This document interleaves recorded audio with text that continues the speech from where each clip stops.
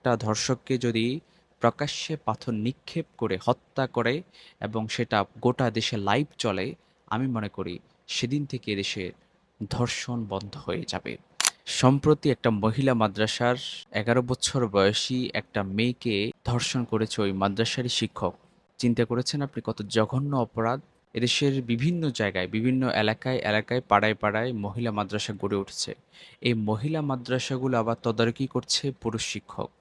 মহিলা মাদ্রাসায় পড়াচ্ছে পুরুষ শিক্ষক। কেন? মহিলা মাদ্রাসায় পুরুষ শিক্ষক কেন পড়াতে হবে? মহিলা শিক্ষিকাকে নিয়োগ দেওয়া যায় না? তো যেই সমস্ত মহিলা মাদ্রাসাগুলোতে পুরুষ শিক্ষক দ্বারা পড়ানো হয়, আমি মনে করি যে সেই সমস্ত মহিলা মাদ্রাসাগুলো বন্ধ করে দেওয়া হোক। এছাড়া আর উপায় নেই।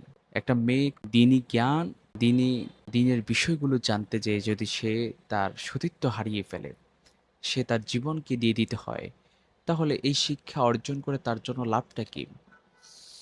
যেই প্রতিষ্ঠানে যে মহিলা মহিলা মাদ্রাসাগুলোতে পুরুষ শিক্ষক দ্বারা পড়ানো হয়, যারা প্যারেন্টস আছেন, যারা মা-বাবা আছেন, আপনারা অবশ্যই সেই মাদ্রাসাতে আপনাদের সন্তানদেরকে দিবেন না।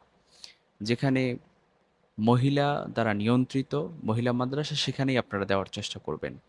এদেশের মানুষ আজ এমন একটা সিচুয়েশনে আছে, বিচার ব্যবস্থার যে বিচার ব্যবস্থার যে বেহাল দশা, এটা আসলে কি বলবো এগুলো নিয়ে? আসিয়া সহ আর কতজন জীবন দিয়েছে, কতজনের ধর্ষণ হয়েছে। পত্রিকা, নিউজ পেপার বা সোশ্যাল মিডিয়া প্রতিটা জায়গায় হয়তো খুন, না হলে ধর্ষণ। এই ঘটনাগুলো আমাদের সমাজে দিনকে দিন বেড়েই চলছে।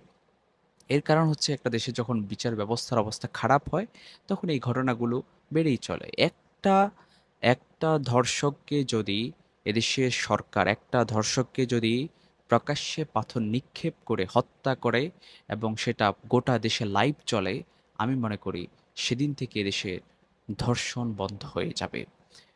তো এই সরকার যিনি আছেন বর্তমানে, তাদের প্রতি সরকারের সকল বিভাগের প্রতি সবার প্রতি আমাদের উদারত আহ্বান, এই ঘটনা যেই লোক ঘটিয়েছে, যারা ঘটিয়েছে, যেই হুজুর নামদারি, যেই হাইওয়ান, যেই কি বলে নিকৃষ্ট লোক এই ঘটনা ঘটিয়েছে, তাকে প্রকাশ্যে পাথর নিক্ষেপ করে হত্যা করা হোক।